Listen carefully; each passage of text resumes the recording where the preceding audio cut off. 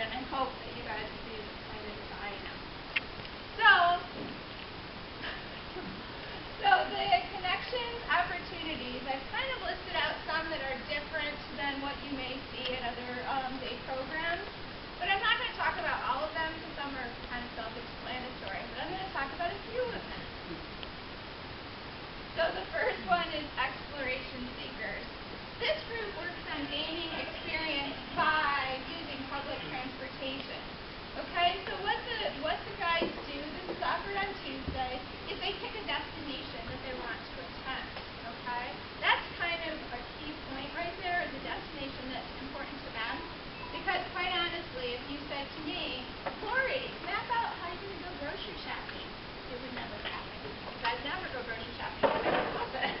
But if you said, do you want a soft serve vanilla cone with chocolate sprinkles? Hey, that's a good thing to write down in the notes.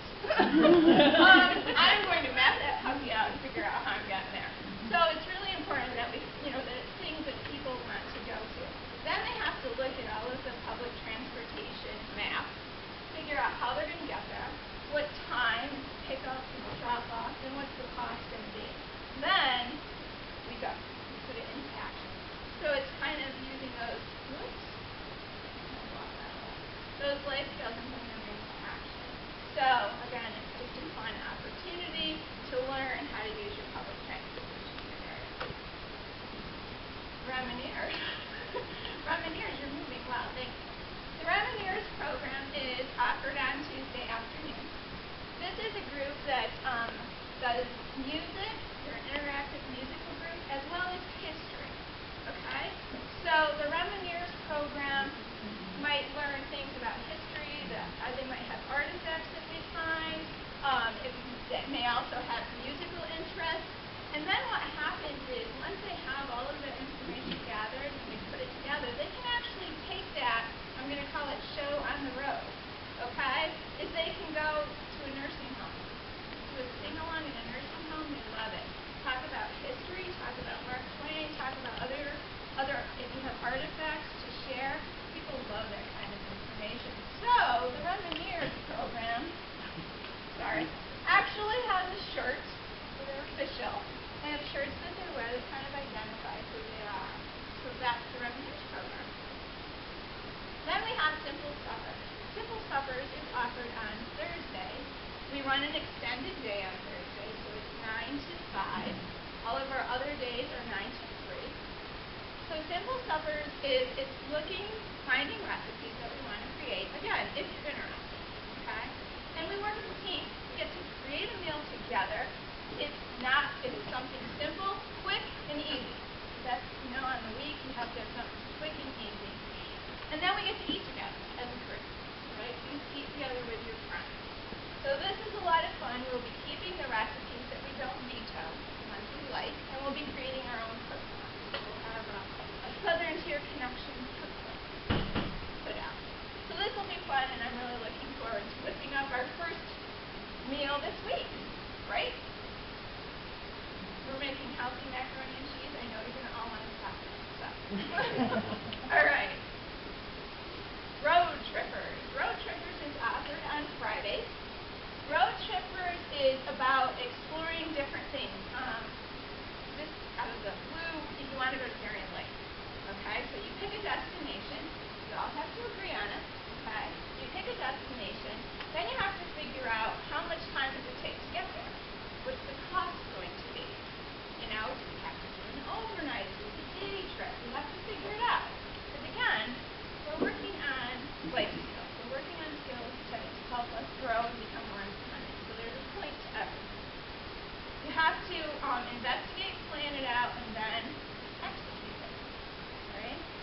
So that's Road Trippers. It can be day trips, it can be overnight trips. And that's on Friday. Okay?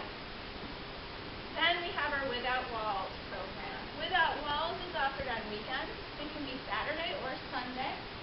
It's offered twice a month currently in the Southern Tier. We do things like festivals, farmers markets, baseball games, just whatever's going on. And really this is driven by the group's interest. So if there's something they want to take up in on a weekend, then that's what we would do. And the nice thing is not everybody can get places on the weekend. This gives you an opportunity to get to hang out with your friends and do something fun. So that's what Without Walls is about. Right? And then the next thing that is also part of the Connections program is the Wildlife Defenders. And at this point, I'm going to introduce John Trini. He is the Day Program and Wildlife Defenders Director. I asked him to do that. Thank you so much. I'm so pleased and privileged to have all of you here to hear about our program that we're so very proud of. We're not, as you learned from Lori, we're not a one-trick pony. Our critics might think that, but we're really not. Like the Reminiers program that she talked about is such a parallel to the Wildlife Defenders.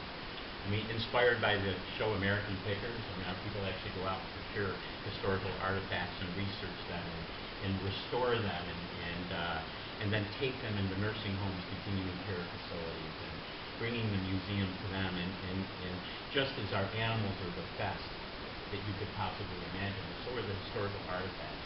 I mean, we have a 1920s basketball that has laces. Basketball was a passing sport, not a dribbling sport.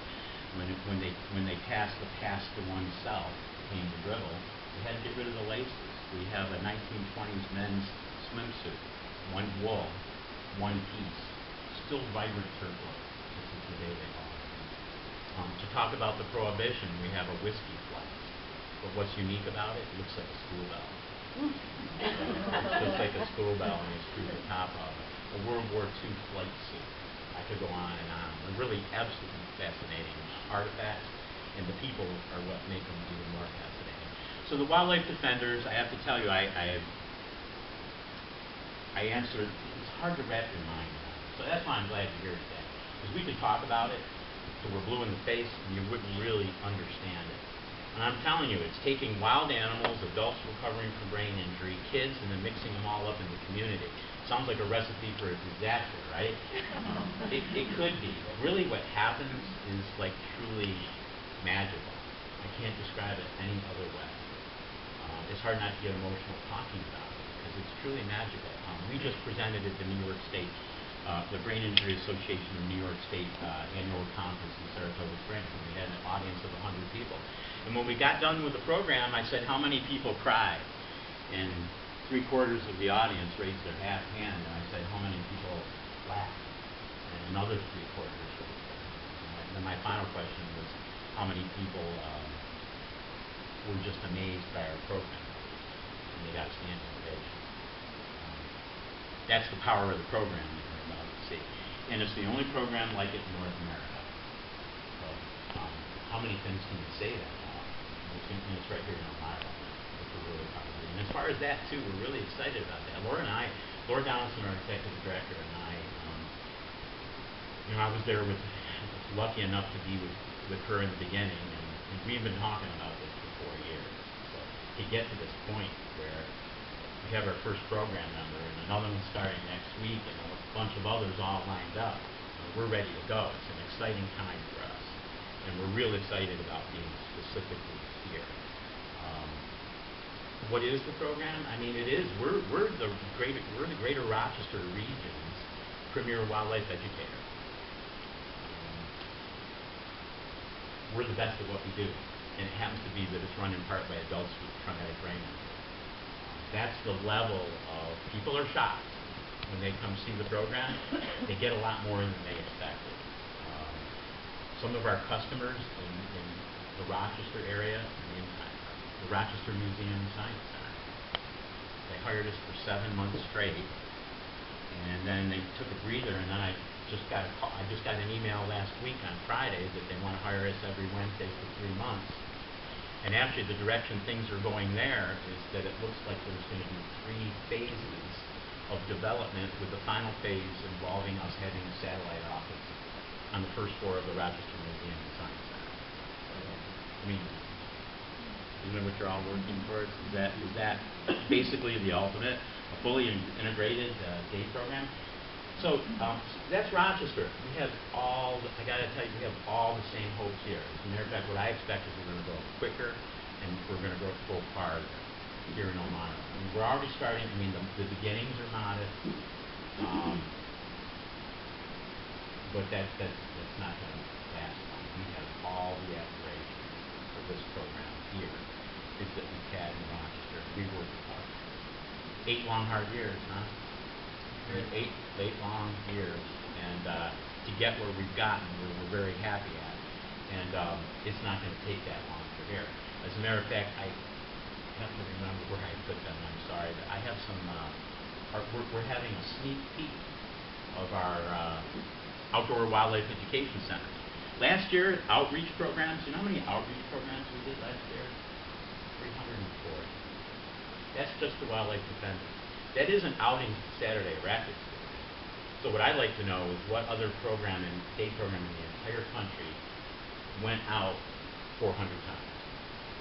The answer is none, right? Yeah. Just the wildlife defenders alone. And beyond just the fact that we're out there doing wildlife education that many times, how many agencies put that much of an effort into bringing to your awareness?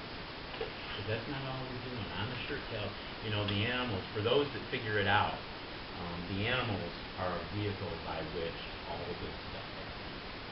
Really, really good. All the good stuff happens as far as being able to reach the community, to be able to reach people.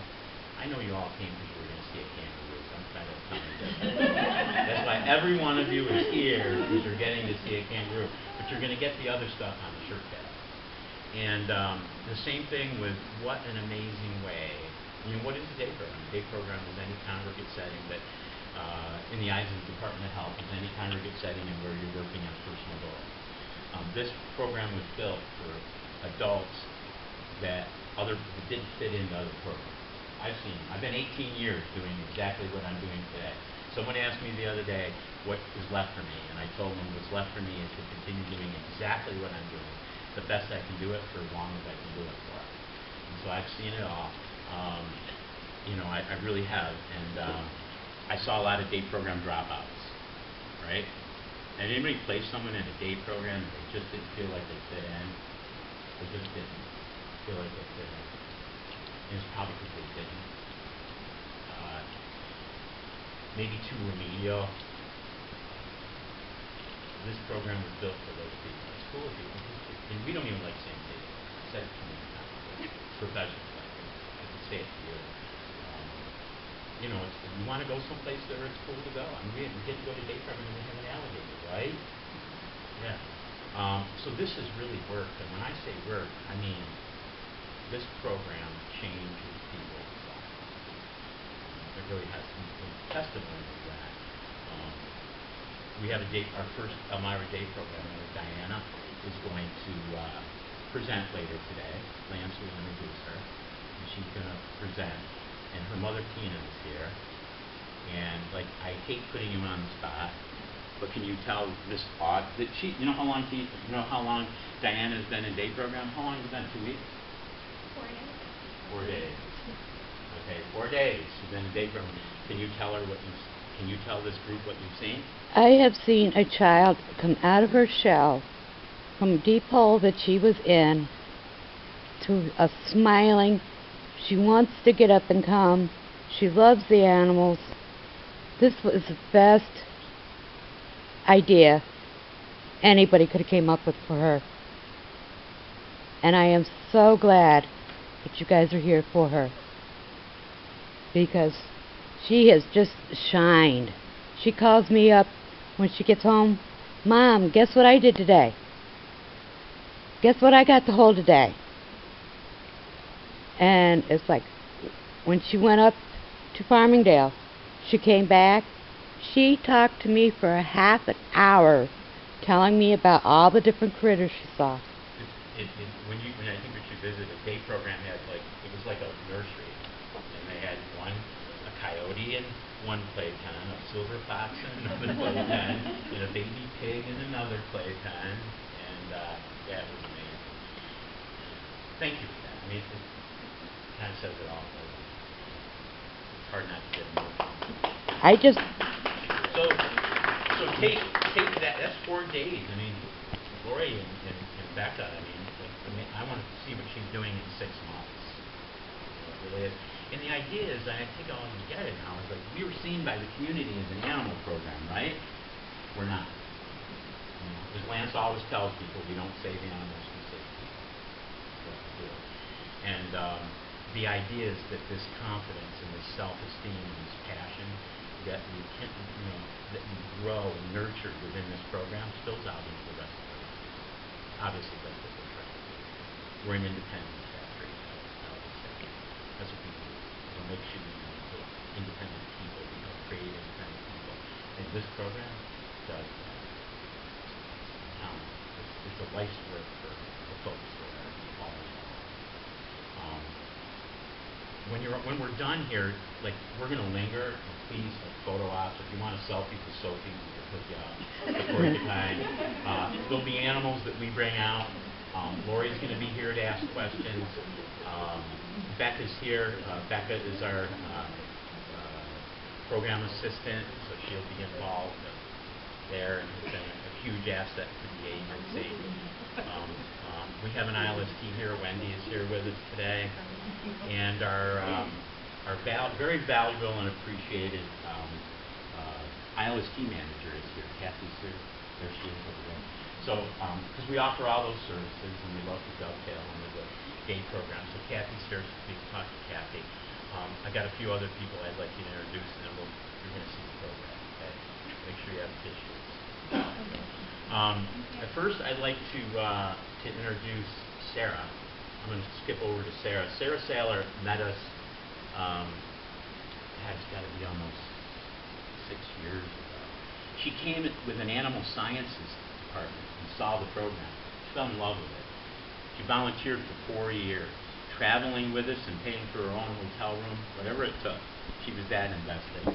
So I knew we needed to hire this girl, so we did. We hired her a couple years ago. Her passion continued, and she went back to school to become a licensed vet tech. And so Sarah is now our licensed vet tech for the Wildlife Defenders program. She's raised by hand one of the animals that you're going to see today. We care for over 50 species of live, native, and exotic animals. So you have to have the right people to be able to do that. So Sarah's job is to look at them always in a clinical sense and be sure that they're happy and healthy. I'll introduce, Ari is actually one of our program members. I do want to introduce, you're going to learn more about her in a minute, but I do want to introduce her because she's become one of our hosts of our shows. There's always a host to the show, and Ari, a person that kind of takes you on the Wildlife Defender experience. And she's grown to be one of those people. And she aspires to work for the agency. And she does an amazing job. And she's going to tell you her own personal story, which is powerful. John O'Brien's here today. John O'Brien is a program member. In fact, he's the only program member that A, has shown a desire, and B, has shown the ability to actually be an animal. It's serious business. Even though it's only a 3-foot alligator, you take your fingers off. You know, and John's good. I mean, he is just, come on in. John O'Brien is just good. I mean, it's just that simple. Don't let it go to your head, John. But I'm just being honest. Like, I've seen him come and go. I've seen him come and go. And there's people that can handle animals, and there's people that can't handle animals. And when you imagine the responsibility of handling animals, it's huge. It's huge. When John is working and handling animals, I'm 100% confident of the job he's going to do. And our program members, Lance is going to introduce, I'd like to introduce the host of the Face of the Wildlife Defenders and the host of many of our shows. Lance came to us as a program member. So Lance came to us no different than all of our other program members came to us. And he sort of progressed and he graduated himself from the program. And he left for like a year. And then we were somewhere, and I ran into his lovely daughter, Pandora. And she went home and said, Dad, I liked when you were a Wildlife Defender. I missed that. It was so cool when you were a Wildlife Defender. So he came back and volunteered. He came back and volunteered with us, and probably, don't let this go to your head either, he was probably the best volunteer that we ever had. Sorry, Sarah. He was probably the best volunteer we ever had. He was there every day, worked like hours and hours tirelessly. I think in 2 years' time, the only day he missed is he called me from Indiana once and said that he got stranded there and I didn't ask any questions. I just let it go. See you in a couple days. He was nominated for the coveted Jefferson Award. WHEC TV in Rochester gives out for volunteering. He came back. We finally wised up and we hired him a couple of years ago. And Lance is a wildlife education specialist. He's quite an animal expert. I guess it rubs off after a while. We're always talking animals. You're about to see that he's a very accomplished public speaker. I mean, we do a TV spot twice a month with Channel 13 WHAM. It's the sister channel to ABC, and it's the sister channel to Channel 7 here. What is it? WENY. So it's the sister channel to WENY. We have a regular TV spot there. We're their animal people. We have been for 7 years.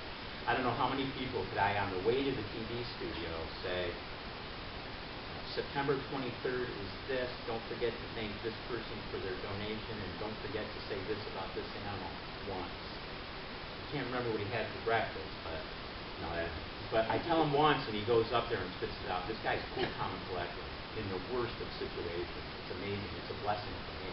Accomplished public speaker, and over the years, he's become a good friend of mine. And that's home.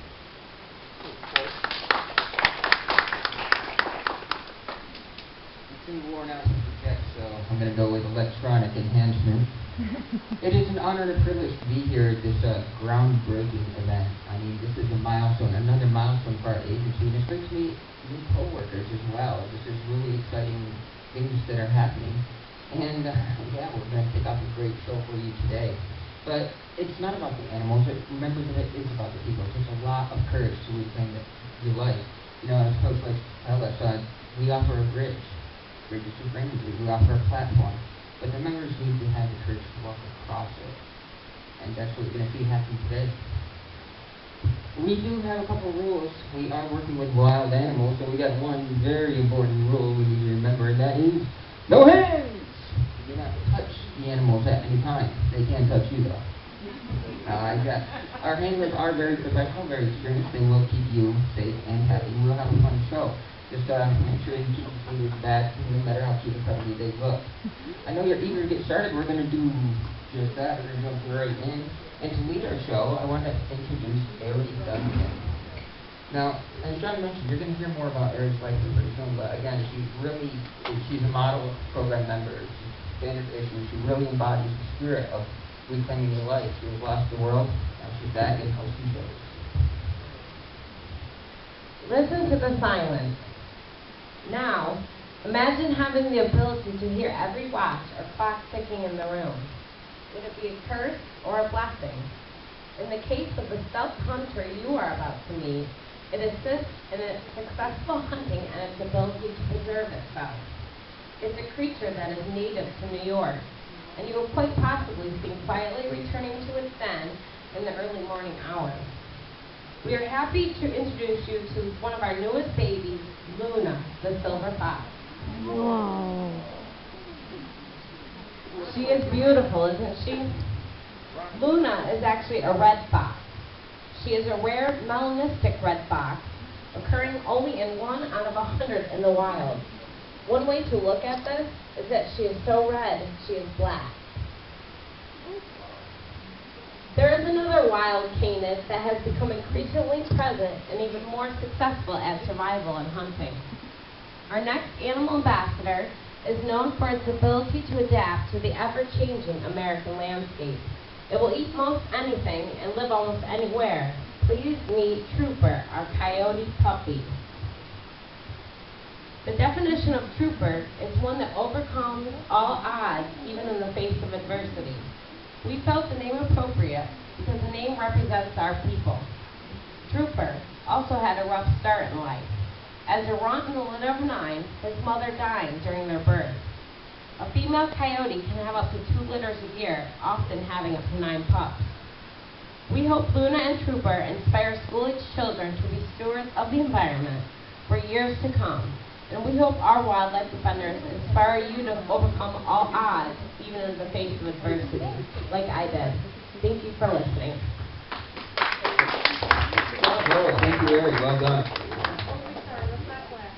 All right, some of our newest additions to the Wildlife Defender Ambassador team. Remember, our animals are ambassadors for their species. We're doing very important work raising awareness, finding people to reduce, reuse, recycle, and as well as to educate the public and give them an opportunity to be this close to this species. The coyote is a highly regulated species. It's very rare to have one in an education program, but because of our hard work and determination through the years, the DEC felt that we were qualified to raise this pup safely and give it a rich life. Also, the silver fox. Maybe 1 out of 10 is born that melanistic, and you don't see them that often in the wild. And red foxes, they can be a little too high energy for your average education program, but so much diligence goes into everything that they're growing to be where we are today. Thanks, Daddy. You'll see the babies out later. All right, now it's my extreme pleasure to introduce the first member of our Elmira satellite office. Why don't you come up and join me, Diana?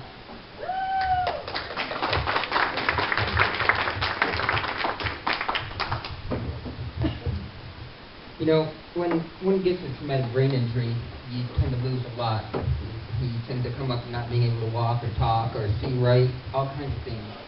But even after doctors are done working on you, you try your inventory, but you find out that something is missing from your life. And it's everything that you lost. We've got a beautiful, very charismatic, very brave person here who's lost the world. He's making a comeback.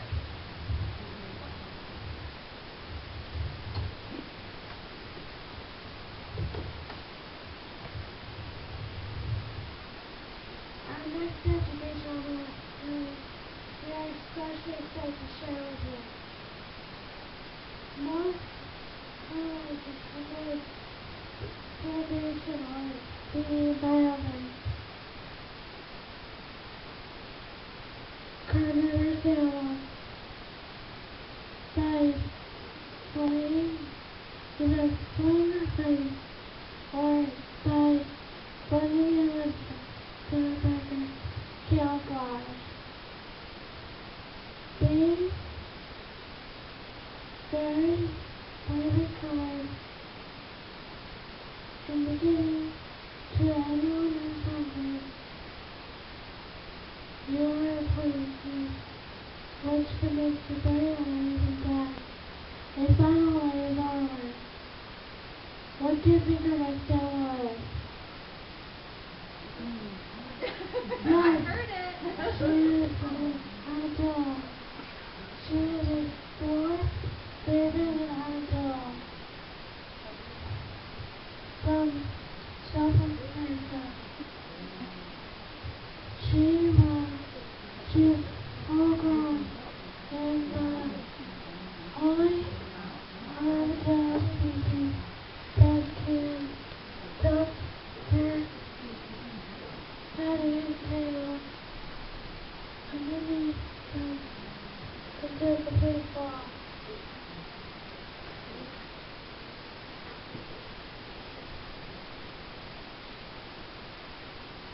We're going to see anyone can come to them. That is why you need a coconut.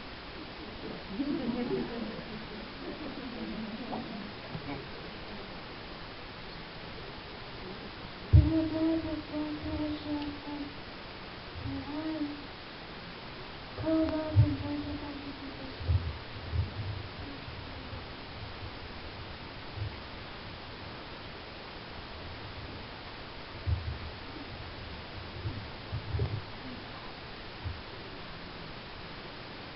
Coconut is a bird on building. She is up on my foraging but here she does any other insect. There are big strong claws. She uses them to nibble the terminal. Thank you, Coconut, and thank you everyone for listening.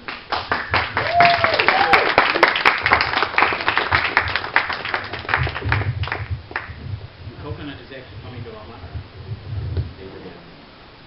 That's her favorite one. She was telling me all kinds of facts about it earlier. You know, that right there, that is huge. To find courage within you, get up in front of a group of strangers and put yourself out there like that and expose that. It is a very, very important, a huge step. You know, Tina would agree that, yeah, it's huge for them to come out of their shell. Speaking of coming out of your shell, Coconut shell is a little bit shy here. That shell is made out of keratin. That's the same substance that your fingernails are made out of. And you'll see it everywhere in nature, from the scoots of a tortoise to the beak of a toucan to the quills of a porcupine. These little guys are actually mammals, even though they are covered with armor, and they use very sensitive hairs on their belly to pick up information such as wind velocity, air temperature, but most importantly, the tiny vibrations of insects, because they are insectivores. They use that long sticky tongue. Oh, no. There she is.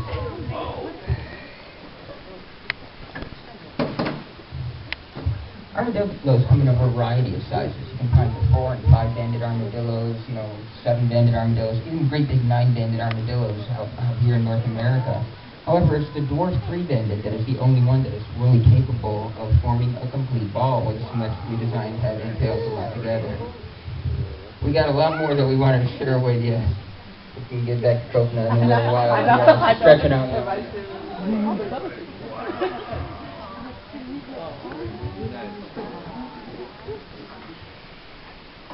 All right, come on up, man. Now, we have a variety of program members with us today, and they all have their own strengths. It's important that we work and operate as a team, and everyone brings something to the table. Randy's been with us, 4 years now? He's always had a year, every time I ask you. 4 years, but yeah, she's got 2 solid library tours under her belt, a couple hotel tours. She brings a lot of charisma and a lot of personality on the road when we meet, definitely. Boca means mouth in Spanish, which makes it an appropriate name for an ex-wildlife defender's education animal. In his natural environment in the southern United States, where it's nice and hot, he's known for being a ferocious, carnivorous apex predator. Apex means the top, so Boca is at the top of the food chain. Once fully grown, nothing eats him, but he eats everything. To catch fish, amphibians, and small animals to feast on. Boca is an American alligator. Let's meet him.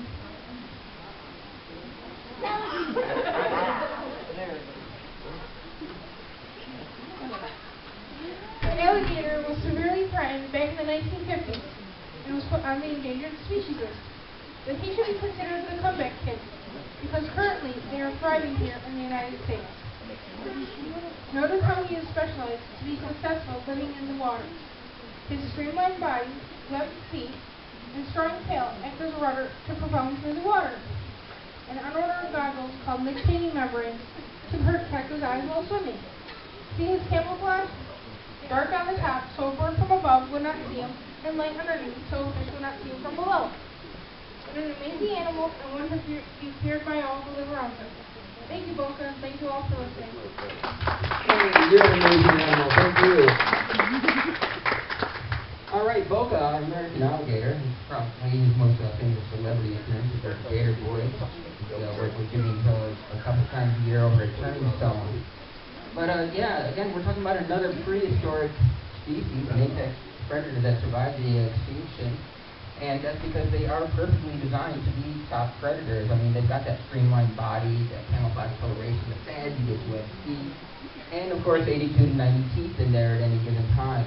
How many? 82 to 90. Yeah, but see, alligators are always growing. They never stop growing. They'll grow for his whole life, eventually getting to about 16 feet. And because he's always growing, he's going to go through about 2,000 teeth in his lifetime. His teeth are small right now, but they are sharp as flats, and he's already got incredible crushing power. As John said, yeah, he gets a finger, he will keep it. Thank you very much, Mr. O'Brien.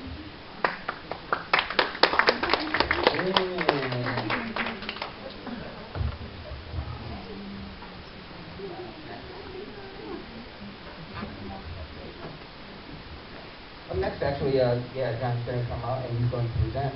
This next species is very highly recognizable and one of our classroom favorites. The wildlife defenders love animals of all shapes and sizes. Whether it's scales, feathers, or fur, we appreciate them and their amazing adaptations they have developed to be successful on this fragile planet we share with them. With this said, our next animal seems to fill a special place in our heart. We almost see ourselves when we see him. Yes, it's a primate. A very special primate, made famous by the movie Madagascar 2, so let's move it, and bring out our own King Julian. No. Yes, we love him too. Julian is a ring-tailed lemur, endemic to Madagascar. They are most terrestrial or ground-dwelling of the lemur species, spending their days basking in the sun, foraging for small insects, lizards, birds, eggs, and fruit. They live in the troops up to 30, and quite honestly though, Julian is a gentleman. They often don't get along. They're bickering between lemurs and this female-dominated society. How do they solve these arguments? What's better than a snake fight? They cover their beautiful 13-ring tails with urine and scent glands on their wrists and flick it at each other. Don't try that at home. We just love Julian and we can see that you do too. Now you see why lemurs hold a special place in our heart. This critically endangered species deserves to be respected and protected. And thank you, Mr. O'Brien. Well done, pal. All right, let's face it, everybody loves a lemur. They are a fabulous little primate from the island of Madagascar. In fact, they are endemic there. That's the only place you can find lemurs in the wild. There are 102 species altogether, but the ringtails are very special. They can only be found in the very, very southern tip. And unfortunately, they are critically threatened. They are being crushed out due to habitat destruction. Again, that's part of Julian's job as ambassador, is to raise awareness for many people to take care of our planet because it does affect species all over the globe. This is the famous ghost of Madagascar, derived from its Latin nomenclature, Lemurus cata, which means phantom cats. And probably evolved from their ghost-like appearance with those wide-set eyes that do glow orange at night with night vision. That, and being a primate, they are full of frills and howls and yowls. This is one of nature's many matriarchies. Not only are they matriarchal, they are matrilineal, which basically just means that the female in charge has to be related to a previous female in charge. The males are too competitive with each other, and being a terrestrial or ground-dwelling primate, yeah, that beautiful tail of theirs is not used for gripping and finding. It's used more for communication, territorial marking, and stink fights. As John told us, yeah, the males will mark up their tail and whisper at each other to win the affections of the female. Stinkiest lemur wins. One of the most intelligent primates out there, capable of basic problem solving and simple arithmetic and more. He's a wonderful addition to our program. We will have thank you, Julian, and thank you, Sarah. All right, Eri's going to come back and she's going to tell us a little bit about herself. Hi, my name is Ari. I have a traumatic brain injury. I call it my hidden disability. You wouldn't know it unless I told you. I sustained a traumatic brain injury from a car accident. Before my injury, I had a career. I would have been described as confident, outgoing, a people person. After my injury, I was reserved, uncomfortable around people, afraid to leave my home. I discovered Bridges for Brain Injury and fell in love with their signature program, Wildlife Defenders. I am now getting back into the community while giving to the community. Wildlife Defenders has increased my confidence and given me the platform I needed to get my voice back. I am now not only presenting, but also hosting shows and doing what I was told I always did best, talking.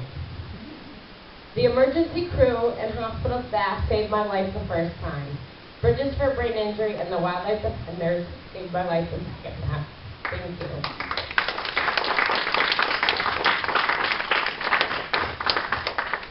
And this is probably my favorite animal to talk about. Been talking about her for years. North America is home to many fascinating creatures, but none quite as unique as the one you are about to meet. Animals develop extreme adaptations that enable them to defend and preserve themselves. When ultimately threatened, they often rely on fight or flight. In their first attempt to avoid conflict, the slow-moving mammal you are about to meet is usually found in trees, which is an unusual adaptation to help them fight. Please welcome Sophie, our North American porcupine. Oh. Did you ever think a porcupine could be so cute? Now, back to her main defense. Underneath all that fur, an adult porcupine has 30,000 quills on their body. Those quills are barbed like fish hooks. In a physical encounter, she'll crest those quills, spin her body, and swing her tail, inserting the quills into the predator. If not removed, those heat-activated quills continue to burrow deeper and deeper, sometimes eventually killing the victim. But don't worry, there'll be none of that today. Sophie knows she has nothing to fear and is enjoying herself very much. Thank you to this large North American rodent, Sophie the porcupine, and thank you all for listening. Bravo, thank you, Mary. Well done. All right, let's face it, that is a good-looking rodent. You know, when people hear the word rodent, they tend to think rats or mice, but rodents come in a variety of sizes and shapes, and even very interesting personalities as well. This is North America's second largest rodent. Our largest rodent is the beaver. Sophie here is full size at about 2.5, almost 3 years old, and weighing in at about 26 pounds. Now, we like to dispel a myth. Porcupines are known for one thing, and that's those quills. So we'd like to remind everyone out there, porcupines do not shoot quills. Does not happen. It cannot happen. As Barry explained, what quills are is basically they're groups of hair, just like the hair on your head, except for they're again coated with that same substance, keratin. It's because of those microscopic barbs that the porcupines have that are heat activated that people think they can shoot their quills. They automatically stick into any predators that try to bite them or get batted down by its tail. And so, yeah, so when we see a dog running around with a face full of quills, we tend to think they got shot by a porcupine. But they can't shoot it any more than you can shoot the hair off your head. Come on, I have tried. Rodents are classified by their teeth. That's what makes an animal a rodent. They got 4 front teeth that are always growing, which is why she's always nibbling on something. They have to keep those teeth worn down. That's very important. Otherwise, their teeth grow to be too long, and they end up injuring themselves or being unable to eat. We're going to keep moving forward. She'll be back out soon, and you'll have a photo opportunity with her. In the meantime, on with the show. Sandy there. All right. So you've met some of our newest members, including our brand newest member who did a dynamite job. This is one of our founding members. What you guys are doing here today with Diana, we did, 8 years ago with Sammy. Sitting down, going over scripts, and giving the courage to reclaim your life. Take it away. If you had your best hiking boots on and you were on a walk in the outback of Australia, you might see a curious-looking creature go bouncing by you. What is it, you might ask? It's a macropod. Macro meaning big and pod meaning foot. Yes, this animal with big feet would be a kangaroo. The smallest of all kangaroos stands only 10 inches tall and weigh only 2 pounds. Middle-sized kangaroos are called wallabies, standing up to 3 feet tall.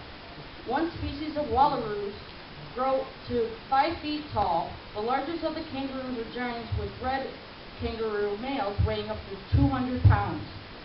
The eastern gray kangaroo is the heaviest and most docile. Our gray kangaroo has been on television shows like Rachel Ray, VH1 Big Morning Buzz with Nick Lachey, ABC News, The Today Show, The Steve Harvey Show, and recently a new talk show with Ice and Coco. Yes, she is quite a celebrity, and she knows it. I would like you to introduce you to Penny, our gray kangaroo.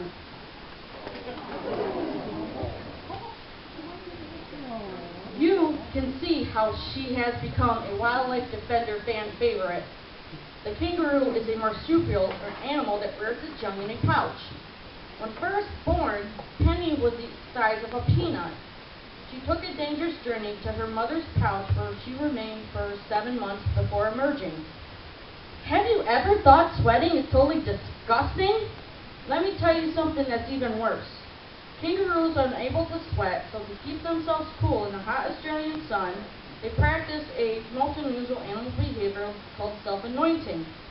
Instead of sweating, they gather saliva into their mouth and cover their body with it, licking themselves all over. Ew! Yes, that's a disgusting but apparently effective behavior. Don't try that at home. Penny here also practices a kangaroo behavior that's less than ladylike. When kangaroos enjoy a particular meal, they often choose to regurgitate it for later consumption. Penny here is a very experienced animal ambassador, and as you see, loves visiting and showing off to an audience. Thanks, Penny, and thanks to you all. Nailed it. Sounded like performance, Sam. And that's what we're talking about today. When we first started working with Sam, you could not even make eye contact with the girl. And today he'll present to hundreds of thousands of people. And here we have Penny, our eastern gray kangaroo. Now, if she were a boy, she would be twice this size. The males get up to about 6 feet and up to a couple hundred pounds easily. So, yeah, Penny weighing in at probably close to 90 pounds is plenty to handle. They are extremely powerful kickers. Their legs are capable of eviscerating lions, in fact. But when it comes to fight or flight, they're going to run. They're going to use their speed. Believe it or not, they can bounce out at close to 50 miles an hour with a 9-foot vertical leap and a distance bound of almost 20 feet. That's when they get moving. You notice their ears turning in each and every direction there. They're multi-directional. They can each turn 180 degrees to pick up the threats that they need to hear. And kangaroos are very gregarious animals. You know, they're very social. They enjoy being around each other. They enjoy being around people. And in fact, they travel in groups called mobs. A mob may be 10 kangaroos. It might be 100. However, you're not going to hear her say very much because kangaroos have no vocal cords. We're gonna wrap up our program now and conclude now. I'm gonna invite our director. Okay. I think you can all hear me. I do want to remind. Oh, Penny's gonna say goodbye. I think we're gonna watch her.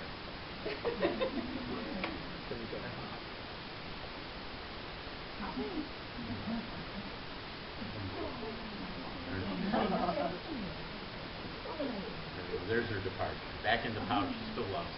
Thank you, Lance. Sarah, great job. Diana, an act of bravery is really what you did today, and it only gets easier. Wildlife defender. I was telling Lori, wildlife defender lesson number 1. It's always harder in front of an audience.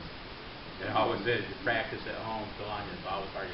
You were great, Mandy. You were great, Sammy. You were great. Thank you. We have. Just so you know, I mean, we become animal people too. Besides being people. We have our USDA license, Class C exhibitor license to do what we do. Very respected in the field. We have DC permits for the regulated species. Some of the regulated species we saw today were the alligator and the lemur, both endangered. The porcupine and the native species. Other than the expertise that we have within the program, Jared Miller, who is a world-renowned zoologist, he has his own television show out on Saturday mornings called Animal Exploration with Jared Miller. He's a bit of a celebrity himself. He was on The Tonight Show 37 times. More appearances on Conan O'Brien than any other guest. He's truly an animal expert, and he's my very good friend and a friend of Bridges for Brain Injury and the Wildlife Defenders, and he does a broadest professional oversight of the program. So I want to let you know all about that. So, what do you think? It's an amazing thing. It truly is. Again, I do want to remind you, though, the service coordinators. I mean, I've seen a lot of people say, that's not for me, and then they start day program, and I'll read a script, and next thing you know, they're reading a script, and then they're going on to a preschool to present in the program, and they end up coming, the most dedicated wildlife defender we've ever had. So sometimes things change. And for someone that doesn't want to take that track with our day program, I think the common thread that runs throughout everything that we're going to do is that it's going to be unique, it's going to be creative, it's really going to challenge the folks, and we're going to do it in a manner that's not in isolation. We're going to provide opportunities for our people to work on personal goals, to but in a manner where they can contribute to the community while they're doing so, to make it a win-win all the way around. So, thanks, Lori. And it's Lori that we have to thank to put this all together. I know some of you know Lori professionally. You probably know her better than I do. I mean, Laura Donaldson and I had the good sense to hire her. I'll say that. She's really doing a bang-up job, and we're so lucky to have her. And I know that the program is really well in hand with having her at the helm. We're so thrilled with her, I can tell you. Rebecca's doing a great job. I really appreciate it. Thank you for that. So we're going to invite you all to stay. I'm available for questions. Lance is he'll talk to you whether you want him to or not. Our members, you guys are open to coming and mingling and talking about the program, right? We'll try to create some photo opportunities for you. If you'd like to get a picture with Sophie, I bet we can twist John's arm and get Sophie to sit out here. And if you're courageous, because she really won't bite, is you can do a selfie with Sophie and good Facebook picture. And be thinking about us. And if you know someone, please, that this could really make a difference with, please let Lori know. And we've got a lot of good things to come. So thank you.